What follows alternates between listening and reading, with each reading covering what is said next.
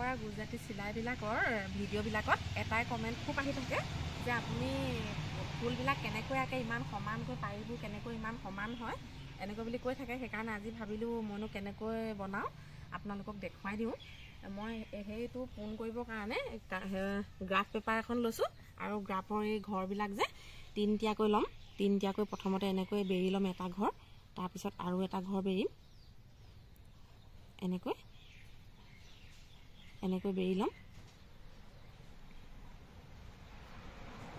এনেকৈ যদি কৰি যাওঁ আৰু মাজতে আপুনি কিমানটো গেপ দিয়ে সেইটো নিজে আন্দাজমতে ল'ব পাৰে। এনেকৈ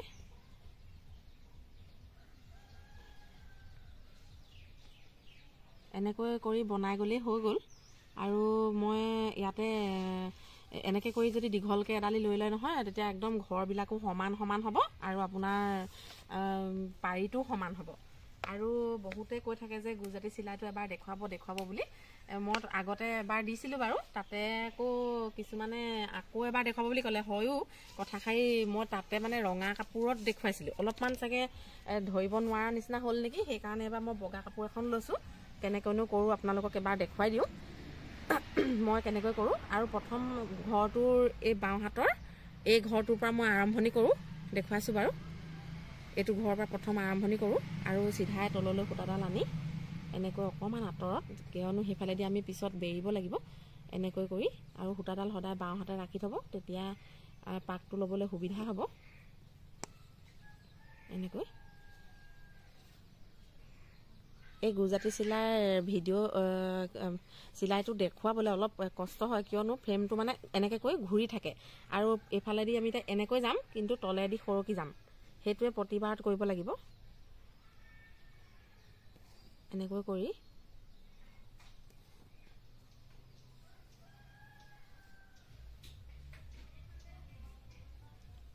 আকৌ এইফালে আমি এতিয়া এনেকৈ যাম, কিন্তু এই তলেদি সৰকি যাম। আপোনালোকে যদি অকণমান মন দি চায়, আৰু এইটো কিন্তু অকল চাই শিকা বস্তু নহয়, মই আগতেও কৈছোঁ, হাতে কামে ধৰি ল'ব লাগিব, বেজি আৰু ফ্ৰেম হাতত লৈ, তেতিয়াহে আয়ত্তলৈ আহিব বস্তুটো।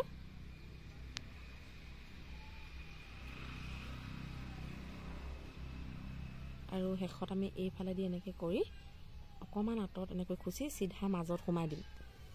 চিধা মাজত সোমাই যিকোনো এঘৰ লৈ এইফালেদি গ'লোঁ, তাৰপিছত এইটো ঘৰ ল'লোঁ, ধৰা পৰিছে নাই বাৰু, আৰু এইটো ঘৰ, তাৰপিছত আকৌ এইটো ঘৰ, আকৌ এই কাষৰ ঘৰটো।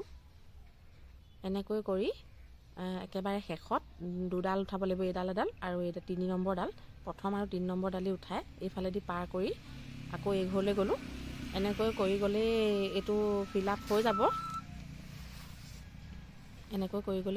হৈ যাব। আপোনালোকে এবাৰত যদি বুজি নাপায়, আকৌ এবাৰ চাব, নিশ্চয় বুজি পাব। 2-3বাৰ কৰিলেহে হাতলৈ আহিব। মোৰো আগতে যেতিয়া প্ৰথম শিকিছিলোঁ, তেতিয়া ময়ো এবাৰত পৰা নাছিলোঁ বাৰু, 2-3বাৰ লাগিছিল মোৰো। আপোনালোকেও চেষ্টা কৰিলে পাৰিব। আৰু বহুতে কৈ থকাৰ বাবে মই আকৌ দিবলৈ মন কৰিলোঁ। ইমানে ৰিকুৱেষ্ট কৰি আছিলে নহয়, এবাৰ দেখুৱাব বুলি, সেইকাৰণে মোৰো মন গ'ল যে এবাৰ দেখুৱাওঁ কৰি।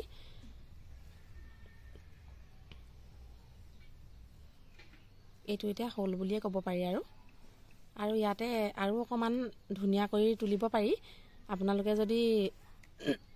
আপোনালোকে যদি মণিগুটি ব্যৱহাৰ কৰিব বিচাৰে নহয়, এইটো এনেকৈ কৰি আৰু শেষত এই মাজত সোমোৱাই দিলোঁ।